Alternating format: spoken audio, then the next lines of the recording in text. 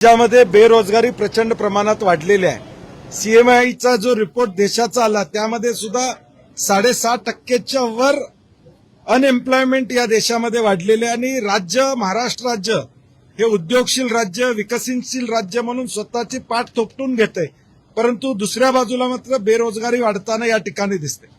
एखादी जाहिरात निघाली तर लाखो मुलं आणि मुली तिथे अर्ज करतायत, ही अवस्था आहे। राज्य शासनातल्या लाखो जागा या ठिकाणी रिक्त आहेत, अशी अवस्था राज्य शासनाची त्या ठिकाणी।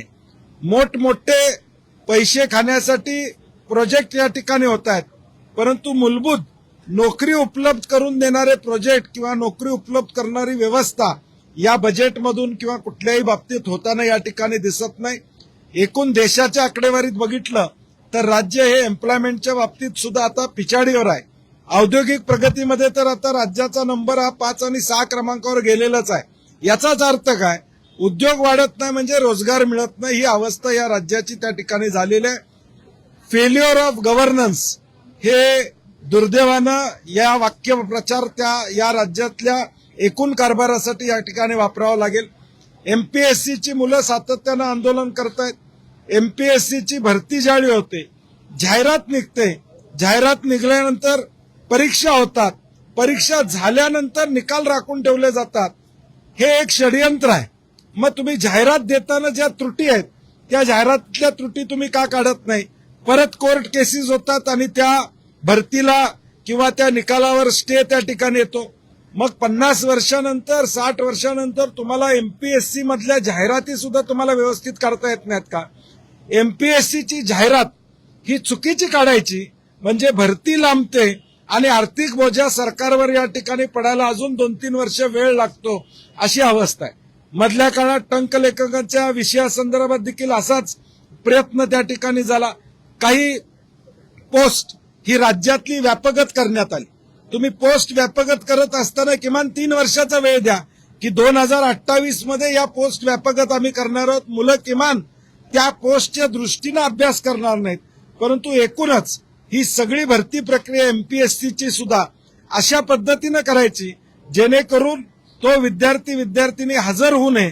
हजर झाला की पगार चालू होणार, आर्थिक बोजा सरकारवर पडणार, अर्थकारण सरकारचं बिघडलेलं आहे, आर्थिक भार सोसू शकत नाही आणि म्हणून त्याचा परिणाम आता भरतीवर या ठिकाणी होताना दिसतोय।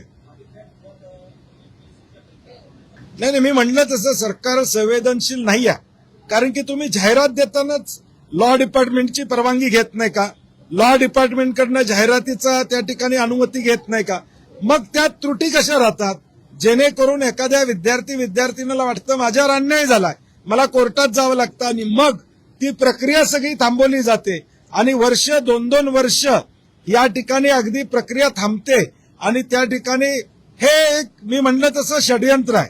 सरकारला पैसे खर्च करायचे नसल्यामुळे या त्रुटी मुद्दाम ठेवल्या जातात। आता तुम्हाला या त्रुटी ठेवायचं कारण काय? एवढ्या केसेस पूर्वी झालेल्या आहेत, त्यातनं मार्ग काढून तुम्ही सगळ्या गोष्टी केल्या पाहिजेत। एमपीएससीनं स्वायत्तेनं वागलं पाहिजे अशी आमची अपेक्षा आहे। नव्या अध्यक्षांच्याकडून या राज्यातल्या लाखो तरुणांच्या अपेक्षा आहेत। माझी नव्या अध्यक्षांना, नव्या सगळ्या लोकांना विनंती आहे की पुढच्या ज्या काही परीक्षेचा टाइमलाईन फिक्स करा, त्याचे निकालाची वेळ फायनल त्या ठिकाणी करा। जाहिरातीत कुठल्या त्रुटी, भले जाहिरात 1 महिना लेट करा तुम्ही, काय हरकत नाही, परंतु सगळ्या त्रुटी त्या जाहिरातीतल्या काढून तुम्ही या एमपीएससीच्या भरतीला पुढे जावा अशी आमच्या नव्या अध्यक्षांना विनंती आहे।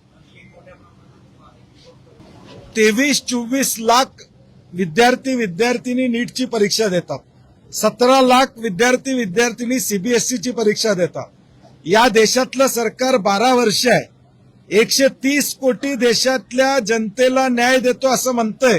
23 लाख लोकांची साधी परीक्षा घेऊ शकत नाहीत। इंडियन एअरफोर्सचा वापर करायला लागतो यांना पेपर पाठवण्यासाठी, म्हणजे तुमचं गव्हर्नन्स फेल्युअर किती या ठिकाणी आहे। आणि आमची मागणी, काँग्रेस म्हणून आमची मागणीच आहे, धर्मेंद्र प्रधानांनी जबाबदारी घ्यावी आणि राजीनामा द्यावा। हे सातत्यानं हा पेपर फुटल्यापासून आम्ही सातत्यानं मागणी करतोय।